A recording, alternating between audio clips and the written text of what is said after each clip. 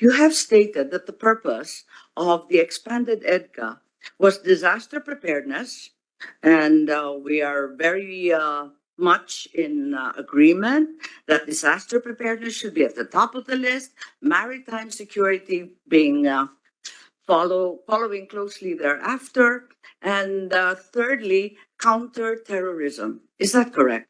Yes, Madam. As we have established and also being announced that the Edca sites is really directed for our collective defense and also to implement our mutual defense treaty, which is anchored on the principles of peace and development in the Asia Pacific region. At the same time, develop our collective defense with our allies by having modernizing our alliance. Basically, the Edca sites was selected. It is a deliberated, very. Which exercise? We're not talking about Balikatan po. We're talking about Edca lang. Yes, Madam. We are talking about the Edca sites. These Edca sites is being. It's not the exercise sites. Sorry, Edca sites. I'm not hearing properly. Ma'am, I believe if we can really have the presentation, it is really very comprehensive. We can see the different perspectives. Understand you, Sec, but at this juncture, I'd just like to lay the predicate, if Yes. you will allow us also. Yes, ma'am. Yes, you ma'am. did say that there were three fundamental reasons, and I think they are entirely justified. However, if we look closely at our original Edca document, which appears to be the only one we have in hand so far, the ultimate goal was merely for the modernization of the Philippine military in the long term, as well as the provision of access in order to comply with its alliance commitments in the short term for the United States. Neither of these two stated goals has since been mentioned by yourself or any of the other negotiators from the DFA regarding Edca. I am a little bit confused. Have we no longer any desire to modernize the AFP? Madam, the design of the Edca is to promote between the Philippines and its defense treaty ally, the United States, the following. Number one is interoperability. Number two is the capacity building towards AEP modernization. Number three, strengthening of AEP for external defense. Number four is for our maritime security and maritime domain awareness. And lastly, for humanitarian assistance and disaster response. This is really... Paliwanag po ng Article 4, Paragraph 3 ng EDCA. And hindi Article 4, kundi yung mas maagang article kung saan napakaliwanag ng modernization. I would like at this juncture to recognize Senator Pimentel, who is online as well. He was the former chairman of the Foreign Relations. So, with regard to the purpose of EDCA and modernization, it appears to us, to reiterate, that in fact, modernization no longer appears to be the primordial purpose of EDCA, but instead it's disaster preparedness, maritime security, and counterterrorism. Which is it, USEC Galvez, please? Implementing those functions, we need to modernize, Madam, considering that all those. Bakit parang nakalimutan na natin? Parang aasa na lang ba tayo sa mga dayuhan na ipagtanggol tayo samantalang ang ating sandatahan lakas ay nananatiling bulok, luma, armed and completely abject in the face of any external threats? Actually, ma'am, we are about to present our Horizon 3 to the President. The Horizon 3 speaks about the development of our maritime domain awareness, which is the procurement of our radar systems. Second is also to our capability to respond. That's why we are also on our pipeline the acquisition of the MRF, the multi-role fighter. Third, we are also have on the pipeline on the acquisition of the missile system for anti-ships, and also we have also the acquisitions of the offshore vessels, which is also located in our Horizon 3. We have already finished the senior leaders conference last. You make, USEC Galvez, I'm sorry to interrupt, but you make reference to projects under Horizon 1, 2, and 3, all Yes. of which are not referred to in Edca, but are in fact part and parcel of the AFP modernization. What does Edca add to the modernization effort? The modernization effort of the Edca is basically for us to really to prepare to defend our country collectively with our allies, and that is That's also. a very general statement po. I would appreciate if you could submit in the future, in the near future, the modernization aspect of EDCA, which has not been clarified to any of us in this chamber. Yes, madam. We will submit, but in our protest. Kasi yung binabanggit po ninyo, puro Horizon 1, 2, 3 naman yan. Alam naman natin, bayad ng Pilipino yan. Binenta nga natin yung kung ano-anong base militar dahil dyan. Actually, when during our 2+2, the Americans already Yes, I allotted saw for- the report following the 2+2, pero ang sinabi lang doon, magkakaroon kayo ng roadmap at wala pang kaliwanagan. Samantalang yung EDCA, mukhang nagkaayusan na. Tama po ba? Yes, madam. Bali, ma'am, sa Edca, they have allocated $100 million, and it included the extension of runways in Basa Air Base, and also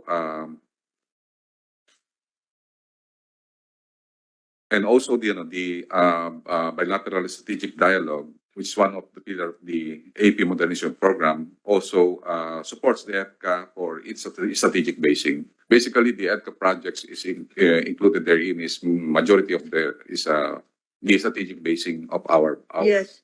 Kung maaari lang, mabigyan kami ng listahan ng modernization products na binabanggit ninyo. Pagkat yung extension of runway and so on, no direct bearing naman yan sa modernization, kundi infrastructure investment na long delayed, hindi po ba?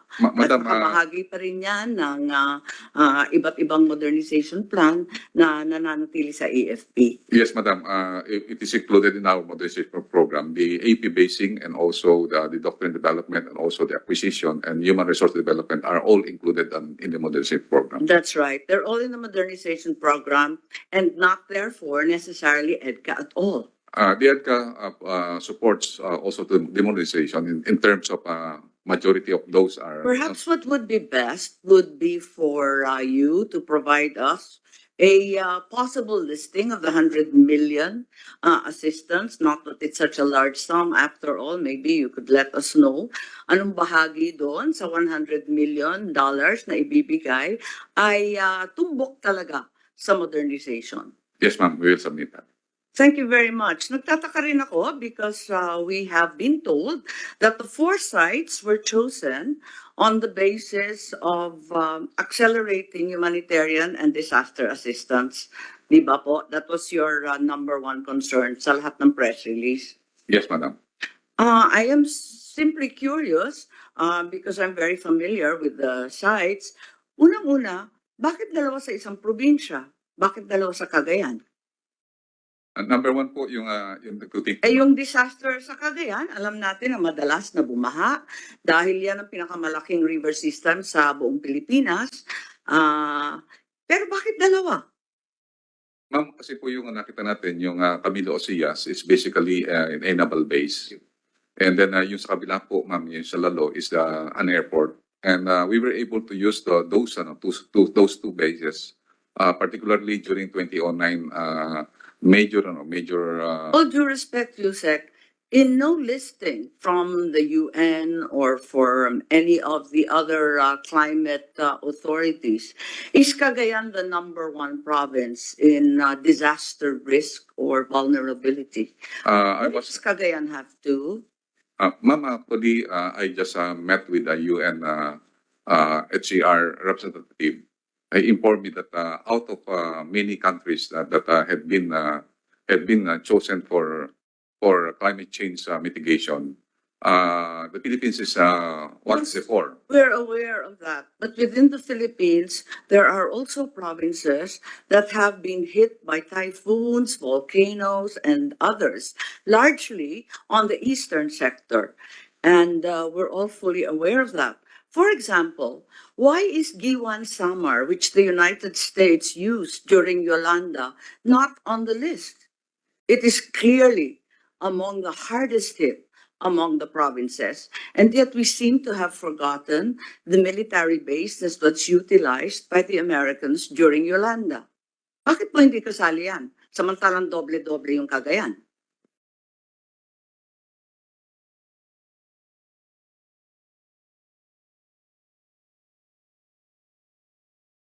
Ma'am, if we look at the selections of the Edca, it is based on multi-use capability, and we have seen that the Edca sites, Camilo Ocias is very strategic because it's Okay. prompting. I agree. Yeah. Opo, Yusek, yes, it's multi-use capability therefore. And in fact, the claim that it's for disaster preparedness is untrue. The disaster It's preparedness. actually multi-use capability for something that remains unmentioned. Capability for what, sir? Clearly, this is no longer high disaster risk and vulnerability. As I have said earlier, HADR is one of the purpose of the EDCA. Maybe what we when I said it that the majority of the use of the EDCA site is on HADR, but the EDCA sites has been designed by the Armed Forces of the Philippines and also our counterpart on many different aspects, including maritime security and also Okay. the protection of our fishermen. Nabanggit na po ninyo yung maritime security, pero iisa ang nasa Palawan. Tama po ba? We have two in Palawan, Madam. Dalawa na. Yes. Yung original sa 5 at yung ikalawa na binanggit sa additional 4. Tama po ba? Yes, Madam. So yun yung maritime security. Yes, Madam. Paano sa kabilang sektor? Bakit wala? Kasi kung disaster at maritime security, bakit wala tayong base sa eastern sector? Nakita ng when we select yung tinatawag- Wala ba tayong pakialam sa illegal claims, the incursions into the territory on the eastern side of the Philippines? Wala na tayong pakialam sa iba't ibang lugar Ma'am, ang ano po natin, facing the Pacific?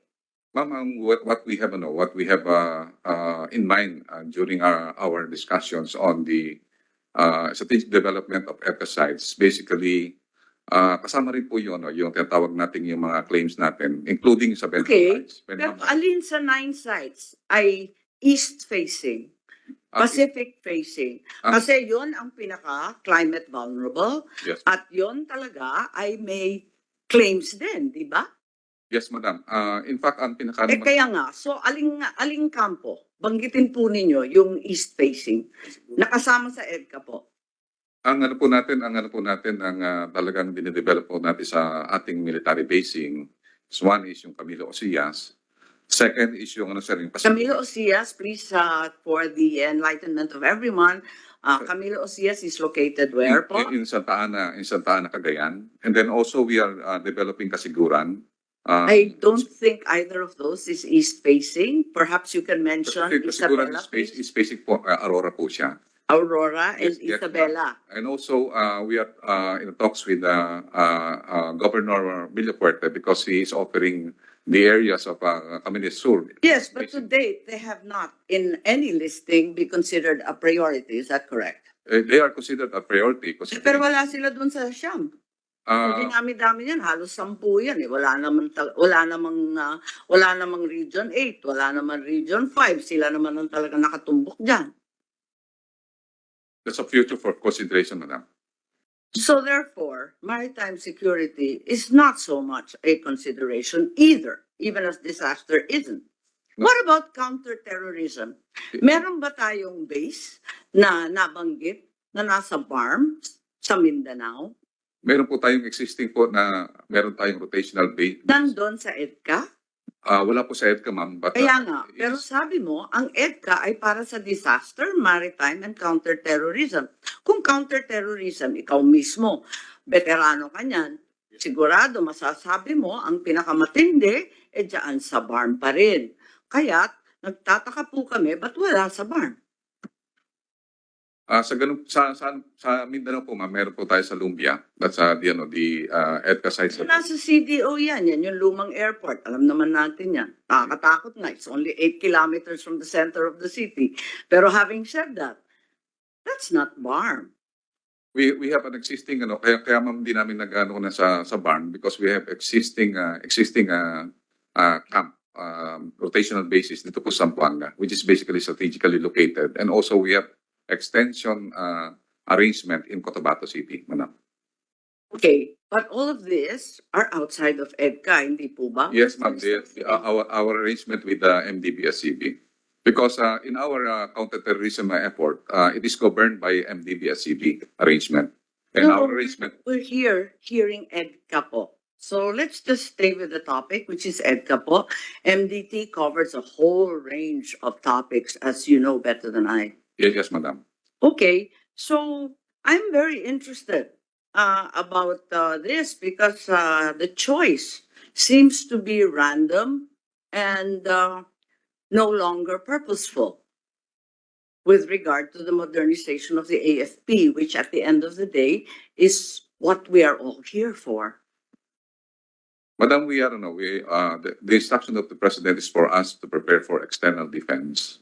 And with that, we are trying to really allocate some resources and our modernization program on the northern side. If you look at the configuration of the armed forces strategy, our vulnerabilities is in the north. In and the then north? and then I also come the south. from the north, sir. I don't feel very vulnerable. Our fishermen in Cagayan and the Ilocos Seas are not being harassed by anyone. Madam, if you look at the defense strategy that we will be having, if we are interested on our maritime security, our northern part is very, very weak because considering that our defense. So we have given up all claims, east sector and west sector in the Philippine seas. Is that correct? We are now obsessed with the Taiwan Straits. No, madam. We are still concentrated on the West Philippine Sea.